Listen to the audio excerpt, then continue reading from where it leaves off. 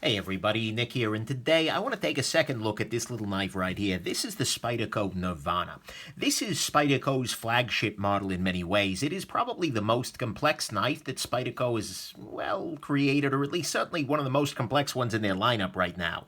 And the big reason for that complexity is the fact that it is an integral knife. It is modeled after the Nirvana integral that is created by Peter Rossetti, who's a well-known Canadian custom knife maker.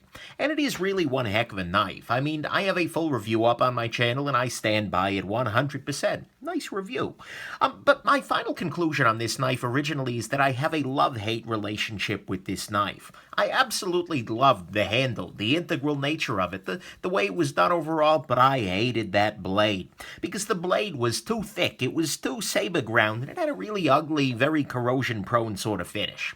Thing is, my buddy Jim saw that review, and then he saw a video by Dr. Frunky, who's another YouTuber who you should probably be checking out, and he decided he wanted to do a little bit better. And so he sent this knife, he bought a brand new one at the factory, and then sent it off to Josh at Razor Edge Knives. And he asked for a regrind, the 600 grit, he asked for the full satin finish, he asked for a detent ball ramp, and then had it sent back to him. Cost him about $185 at the time for the services on top of the price of the knife, and now he sent me the results. And, well, it's pretty damn compelling. Check this out. This is a full flat ground satin Spyderco Nirvana. Holy crap.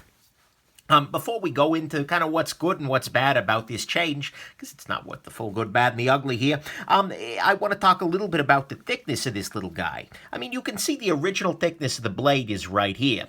But the thing is, what he has done here is, in addition to making the full flat ground, he's actually ground the blade itself down a fair amount. On the original saber grind, a good portion of the knife was at full thickness, but this guy is now much, much thinner, much more often, and you can see just how damn thin this gets behind the edge. It is an incredibly thin sort of grind. I absolutely love it. We can compare it here in terms of thickness to your Spyderco Nirvana, and you can see that it very quickly gets to be thinner than your Nirvana on here, and it is a really great, and you can also get a sense of just how tall this blade is, and that's a big factor too. If you have relatively thick blade stock on a very tall blade with a flat grind, well, you're going to have better slicing performance. And so this is a really nice done knife, and it just is a joy to use and to cut with. So anyways, let's talk a little bit about what's good about this change and what's not so good about this change, and then give some conclusions. On the good side, there are two things. First off, I really prefer the look of this satin finish to the original blasted. This is not only aesthetic. A blasted sort of finish tends to be a little bit more prone to corrosion, to little spotting, to pitting, because you got a much greater surface area, things like that. And so that is actually a slight functional weakness of the tool. S90 isn't a super corrosion-prone steel, but still could be a problem. But more importantly to me, it left the knife as sort of a uniform, just multiple shades of gray sort of knife, and I'm all fine with many shades of gray, don't get me wrong, but the thing is, this is not really, it wasn't so attractive. There wasn't any contrast. It was just one kind of color here. And now that there's this beautiful contrast between a reflective satin finish over here and this beautiful titanium over here with these little streaks, the knife is just, at least in my mind, way more interesting and way more compelling, just way more pretty, frankly. And so I love the changed aesthetics of this, and it makes the blade and the knife on the whole a lot more attractive. But the bigger deal here is cutting performance, because this knife is now incredible. The original, like I said, was very thick, and it was pretty thick behind the edge. It had a saber grind that only really came up part of the way up the blade. And, you know, it cut things. Sure, you could put it through cardboard, you could put it through paper, but the thing is, it wasn't that great. It was really thick behind the edge. And actually, this is one of the things I've learned most from my viewers and commenters, as well as more experience, is that it's really important to have a knife be pretty thin behind the edge. To have there not be a lot of material right here that immediately needs to split open whatever it is that you're cutting here. And this is a perfect test case of that. I've gone from having a knife that's very thin behind the edge, very thick, to pretty thin. And it's pretty spectacular. This is a great knife to use. It's an absolute freaking joy to slice with with this knife. It's going through this relatively thick sort of tag board. I bought a new shirt recently. Just like nobody's business. I don't even have to think twice about it. This cuts through thick material as easily as most knives cut through phone book paper. And when you put this guy through cardboard, it is just a joy. It's like using a freaking lightsaber. I mean, yeah, the stock is still a little thick, but you know what? That's okay, because when the stock is this tall behind the edge, it's great, and it just splits naturally. Beautiful, incredible. This is thinner behind the edge than any Spyderco I've dealt with, maybe excepting the Nalaka, which was also a cutting beast. But this is just a joy for me to use on foam, on apples, all sorts of different things. Great freaking knife. So I love the fact that this now cuts like the high-end tool that it actually is, rather than being not so much of a cutter. So, those are what's good here, is that this is now a slicing beast, and it looks way better as a result. Let's talk about what's not so great here. So on the bad side, first off, you are losing the Spyderco logo, you are losing the S90V markings, and you are losing the Resenti Maker's Mark. This is a necessary evil, because if you remove material that things are printed on, you're going to remove the things that are printed there. And it would be a little weird for him to try and re-etch a Spyderco thing. I mean, you got it on here, but still. Not a terrible thing, but it's something to keep in mind, and the blade does look weirdly sterile without it. Next thing, the balance on this knife gets way further back as a result of this regrind here. It lives someplace in this vicinity here as opposed to previously where it was a little more forward.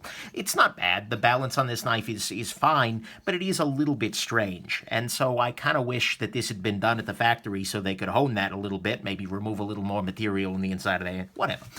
Next thing, the blade on this knife does become a little bit more fragile when you do this. I mean, S90V is a great steel for wear resistance, but it's not the greatest steel for toughness. And when you run it this thin, you have to start thinking about how you're treating the knife. I mean, don't get me wrong. I have not been, particularly, oh my God, super careful with this knife. I've been throwing cardboard at it. I've been using it like I would use any other knife, and it's survived just fine. But if you are a hard use sort of guy, there is always going to be a trade-off between being a really great slicing tool and being a very good pry bar and a hard-use beater sort of tool. So most people don't have that much use for hard-use beating, and that's why I didn't like the original blade. But still, something got to keep in mind. And then finally, the cost is way up there.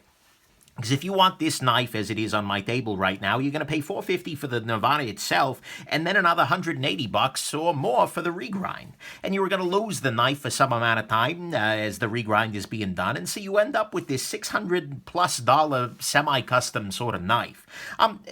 That's nice in a lot of ways, and it's a more unique piece, but it is a lot of money. It's less than a custom Resenti, but still, I can't sit here and tell you that this is an inexpensive knife. This is crazy in terms of its pricing. That's its way up there. But it may be worth it for some. So let's actually go into the final conclusions here. I'm sorry. Well, the cost is up there. The knife blade is more fragile. The balance is a little off. You lose the Spyderco logo. Now, final conclusions. Final conclusions, this is a great knife, but more importantly, it is a great knife that I would love to see Spyderco start making. Because this is so Spyderco, as it's done here. I mean, Spyderco is great at full flat grind knives. That is 100% what they do. And they're getting very, very good at these high-end manufacture sort of things. And in fact, I've heard from a variety of people, including my buddy Jim, who sent this along, that they have eliminated lockstick in some of their newer Nirvana models, which is great. That was kind of the Achilles heel, along with the blade of the Nirvana itself. And with the changes to their warranty, $500 on a Spyderco seems a lot more reasonable now. And I mean, just imagine this knife coming out of the factory with a nice full flat round blade and a blade finish like you get on the Sleesh Bowie. This sort of a very reflective polished stonewash thing. Oh, would that be spectacular? And I would easily pay more money than the original Nirvana for something like that. $100, $150, absolutely 100%. To be able to get something like this without the wait time, with all the factory warranty and everything, that would be great. I don't know if it's in the cards, but I really, really want it to be. So Eric, Sal, if you're listening, you know the path to my heart, and it looks a lot like this. So that's great. But, putting that impassioned plea aside, this makes the Spyderco Nirvana what I always wanted the Spyderco Nirvana to be. It is absolutely less original to the custom design, but it is way more functional, and it is just prettier overall. And I love this knife, but it's a knife I'm not buying because just have too many knives. But I'm going to regret mailing this guy back.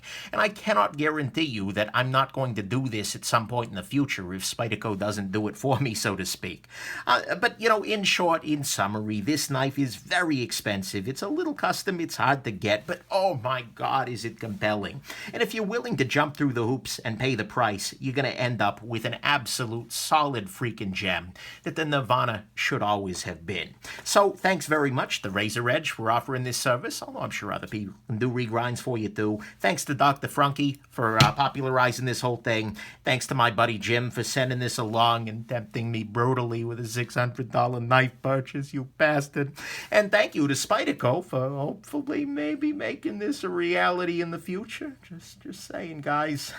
Anyways, hope this has been interesting to you, that I haven't tempted you too badly, and that you are able to reach your own personal Nirvana, and that you have yourselves an absolutely wonderful rest of your day. Bye now.